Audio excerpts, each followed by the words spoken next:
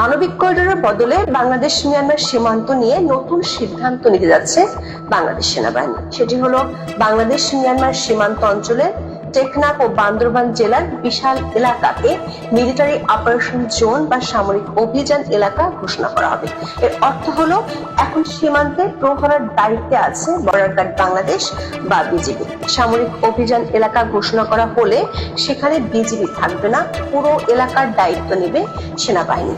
Rakhine corridor নিয়ে বাংলাদেশের অভ্যন্তরে রাজনৈতিক দলগুলোর আপত্তি আছে। আঞ্চলিক প্রক্সি যুদ্ধে জড়িয়ে পড়ার আশঙ্কায় সেনা সদরের চরম বিরোধিতা আছে এই করিডোর নিয়ে। এসব কারণে শেষ পর্যন্ত বাংলাদেশের অন্তর্বর্তী সরকারকে রাখাইনে মানবিক করিডোর দেওয়ার নীতিগত সিদ্ধান্ত থেকে সরে আসতে হচ্ছে। সেনা সদরের একাধিক সূত্র বলছে, রাখাইন অঞ্চলে আরাকান আর্মির সাথে মিয়ানমারের জান্তা বাহিনীর সংঘর্ষ বেড়ে যাওয়া, রোহিঙ্গা অনুপ্রবেশ ঠেকানো এবং সীমান্তে কুকি চীনের মতো সশস্ত্র বিচ্ছিন্নতাবাদী গ্রুপগুলোর তৎপরতা ঠেকাতে রাখাইন করিডোর নয়, সামরিক অভিযান এলাকা ঘোষণার সিদ্ধান্ত নেওয়া হচ্ছে। বাংলাদেশের দক্ষিণ পূর্ব সীমান্তে নিরাপত্তা স্থিতিশীল করতে এমন সিদ্ধান্ত নিতে যাচ্ছে সেনাবাহিনী। তবে আঞ্চলিক ভূ রাজনীতিতে এর প্রভাব ও প্রতিক্রিয়া কেমন হবে তা এই মুহূর্তে বলা যাচ্ছে না।